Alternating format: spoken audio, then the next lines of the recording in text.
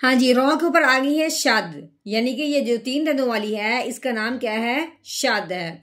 अब ये शाद जिस हरफ के ऊपर आए उस हरफ को मुशद्दद कहते हैं। वो हरफ शाद की वजह से मुशद्दद बन जाता है। अब शाद आई है रॉ के ऊपर, अब रॉ का नाम क्या हो गया कि रॉ मुशद्दद है। जो भी हरफ मुशद्दद हो वो पिछले वाले हरफ को उस हरफ के साथ मिला देते हैं जिसके ऊपर शाद आई होती है। अब शाद आई है रॉ के ऊपर, पिछला हरफ है कौफ। अब हमने कौफ को रॉ के साथ मिला देना है, ठीक है। उसके बाद रॉ के ऊपर अपनी क्या लगी हुई है? जबर लगी हुई है, ठीक है। रॉ के ऊपर जबर है। इसको मिलाने के बाद जब हमने रॉ पढ़ना है तो रॉ को पुर यानी कि मोटा करके पढ़ना है। क्यों?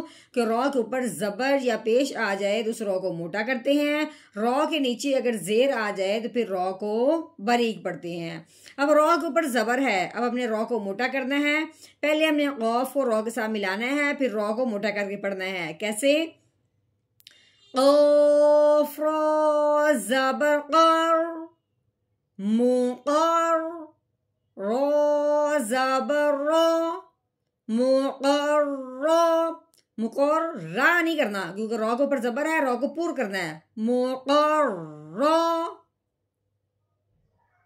नहमदुहु व नसल्ली अला रसूलिहिल करीम, अम्मा बाद फ़अऊज़ु बिल्लाहि मिनश्शैतानिर रजीम, बिस्मिल्लाहिर रहमानिर रहीम। अस्सलामु अलैकुम व रहमतुल्लाहि व बरकातुहू। उम्मीद है आप सब खैरियत से होंगे।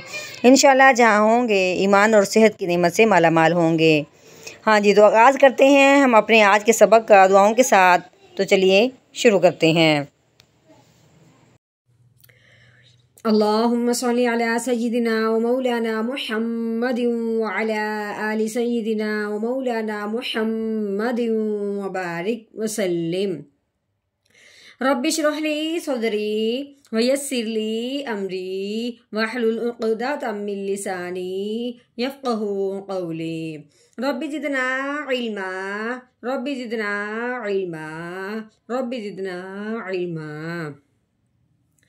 अऊज़ु बिल्लाहि मिनश शैतानिर रजीम, बिस्मिल्लाहिर रहमानिर रहीम। हाँ जी, यहाँ एक बात काबिल गौर है कि ये पहला हरफ है आयत के शुरू का, लेकिन इसके ऊपर शाद लगी हुई है। तो इसके पीछे तो आयत है, तो फिर हम इसको कैसे पढ़ेंगे? क्योंकि शाद वाला जो हरफ होता है वो पिछले वाले को अपने साथ मिलाता है। अब पीछे तो आयत है, वक़फ़ है, तो वक़फ़ हो आयत पे, तो फिर अब हम क्या करेंगे?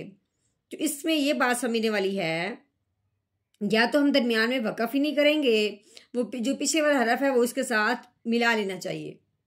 अगर हमने वक़फ़ कर दिया पिछले आयत पे, जैसे कि हमने कल वाले सबक पे पीछे हमने वक़फ़ कर दिया था, तो अब हमने क्या करना है कि ये शाद को इस्तेमाल में नहीं लाना, यानी कि पढ़ने में नहीं लाना।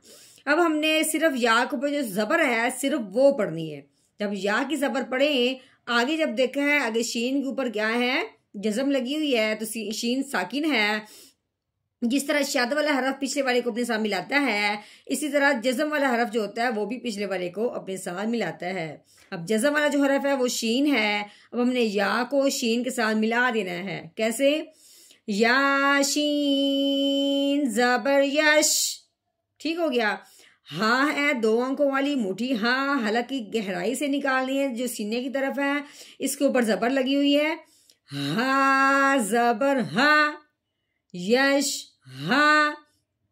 दाल, दाल के ऊपर पेश लगी हुई है, दाल पेश दो, यश हा दो। आगे हा के ऊपर पेश है, उसके आगे अलिफ है, अलिफ नहीं पढ़ेंगे क्योंकि इसके ऊपर कुछ नहीं लगा हुआ। आगे लाम है, लाम के ऊपर जज़र मारने की वजह से लाम साकिन हो गया। अब हमने क्या करना है? हा को इस लाम के साथ मिलाना है इस जज़म की वजह से। तो कैसे पढ़ेंगे? हा लाम पेश हुल, यश हादु हुल। हाँ जी, आगे ये मीम, मीम के ऊपर पेश लगी हुई है, मीम पेश मु। कौफ, कौफ के ऊपर ज़बर है, आगे रॉ, रॉ के ऊपर शाद लगी हुई है। तो अब हमने क्या करना है? कौफ को रॉ के साथ मिलाना है। कैसे? कौफ रॉ ज़बर क़ार मुक़ार, रॉ के ऊपर ज़बर, रॉ ज़बर रॉ मुक़र्रा, रॉ के ऊपर जबर या पेश हो तो उस रॉ को मोटा करते हैं। अब रॉ के ऊपर जबर है जिसकी वजह से हमने रॉ को पुर यानी कि मोटा किया है। मुक़र्र। आगे बा के ऊपर पेश है, वाओ साकिन है, वाओ के ऊपर जज़म आ गई, वाओ साकिन हो गया।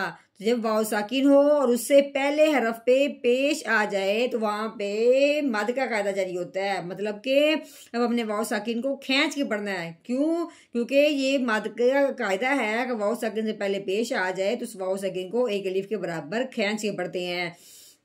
तरीका क्या है कि साकिन हरफ जो भी होता है वो पिछले वाले को अपने साथ मिलाता है। अब अपने बा को वाओ साकिन के साथ मिलाना है और साथ साथ एक अलिफ के बराबर लंबा भी करना है। कैसे पढ़ेंगे?